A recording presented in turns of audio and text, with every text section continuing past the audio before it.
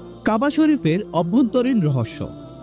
কাবা শরীফের বাহিরের অংশ যেমন পবিত্র এবং রহস্যময়, তেমনি এর ভেতরের অংশ বহু মানুষের কাছে কাকতালীয়।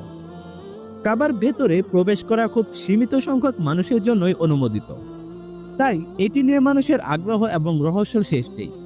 তাহলে চলুন এখন আমরা কাবার ভেতরের রহস্য সম্পর্কে জেনে নিই।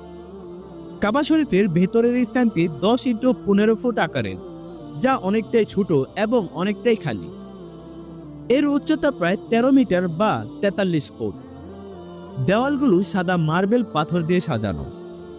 কাবার অভ্যন্তরে 3টি খুঁটো বা স্তম্ভ রয়েছে, যা ছাদকে ধরে রাখে।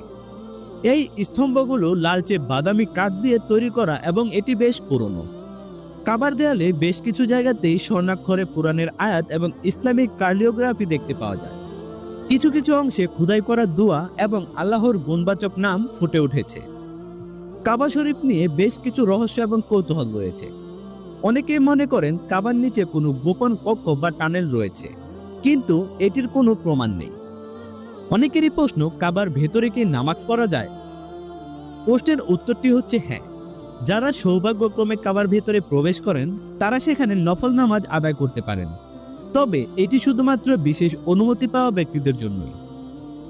তো ভিউয়ার্স, আজ আমরা আপনাদেরকে জানানোর চেষ্টা করেছি কাবা শরীফের বেশ কিছু রহস্যময় তথ্যগুলো, যা আপনাদের মধ্যে অনেকেই হয়তো জানেন না। আজকের এই ভিডিওটি যদি আপনাদের ভালো লেগে থাকে তাহলে অবশ্যই চ্যানেলটি সাবস্ক্রাইব করবেন, ভিডিওতে লাইক করবেন এবং আপনার মতামত জানাবেন কমেন্ট বক্সে।